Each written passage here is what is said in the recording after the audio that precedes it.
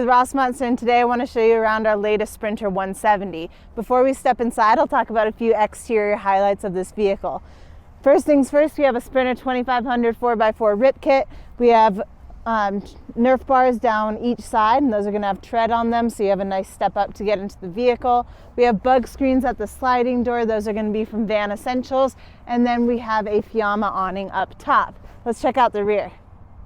In the rear of the vehicle here, you can see an aluminous ladder to get up to the roof of this rig. And then back here, we have an Vans Sherpa cargo carrier. We have two Vans Expedition boxes. We have the B2 bike carrier, and that is going to have two one-up bike trays on it. Let's step inside. Welcome inside. Before we go into the specific components of this vehicle, I'll talk about the design as well as the overall layout. So starting all the way up top, we have a Duramax upholstered ceiling panels and wall panels, and those are going to be in Duramax silver. All of our uppers and our lowers are going to be grain match slab door walnut cabinetry. Moving down from there, we have a brushed aluminum subway tile stick-on backsplash. That's going to be on our passenger and driver side. We have a dinette here, and that's going to be upholstered in Crest Leather, so it'll be nice and easy to clean. And then we have our fixed bed in the rear over top of our garage, which is all going to be coated in black hex ply for durability. When it comes to layout, we have that dinette in the front. This is going to flip out into a day bed. We have our galley on both sides here in the center of the van, and then as I mentioned, we have the fixed bed and garage in the rear. So I'm going to start in the front and we'll work our way back. All the way in the front of the vehicle here, we have a nice dinette. So this is going to have a walnut table on a lagoon mount. So you can pop this off, and I'll show you what else we can do in this little area here. So this is going to be on some hinges. Those are going to be from RB components. It flips over, and then we have a nice day bed. And then under the seat here, we have a nice open bay for storage of larger items. Lastly, you'll notice that there are some D-rings affixed to the front of this cabinet box, and that's so that they can occasionally tie a leash here for dogs. Moving back from there, we have our galley. This is going to be on both the driver's and the passenger side. So starting on the driver's side, we have a Cruise 200 Isotherm fridge and freezer.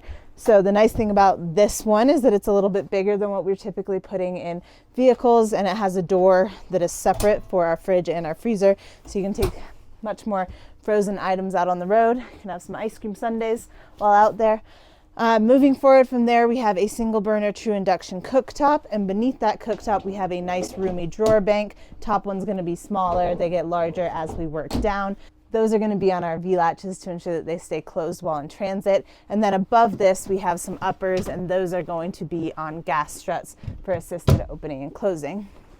Our countertops throughout the entire galley here are going to be in neutral concrete Corian. And then on the passenger side, we have a 30-inch flip-up countertop extension, so you can really extend the workable space in this galley. On this side, we have a 15 by 19 Ravati undermount sink here with a nice cutting board insert. We've also used some additional pieces of the countertop to make some nice cubbies here. And then we have that subway tile stick-on backsplash.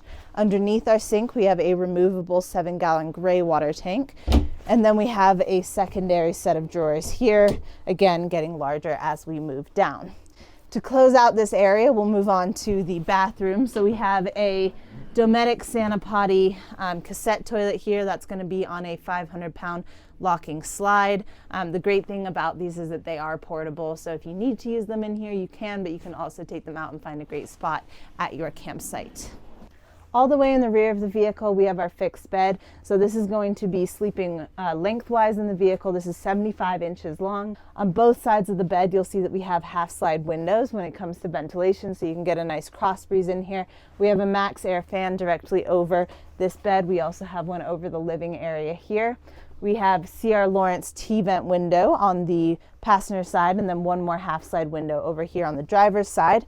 Then when it comes to heating and cooling, we have a Dometic Penguin II AC unit above me here. And then we have an AquaHot hydronic heat and hot water system. So that will pull hot water to our sink as well as our outdoor shower, and it'll keep this cabin 4-season capable nice and warm in those winter months. Let's check out the rear. In the rear of the vehicle here, we have storage underneath the fixed bed. Back here we have a secondary lighting unit, so we'll have our garage lights so you can load and unload at night. We have a gear tray here. That's going to be on 500-pound locking slides. It can also be a really nice outdoor table if you want to use it for that.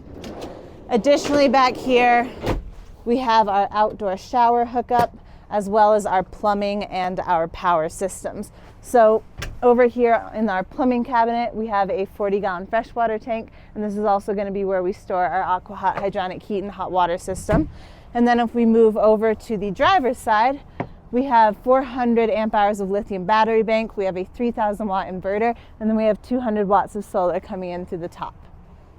That wraps up this van. Again, I'm Lucy with Rossmönster. Thanks so much for tuning in. Be sure to follow us on Instagram and subscribe to our YouTube channel so you never miss a tour, and I hope you have a great rest of your day.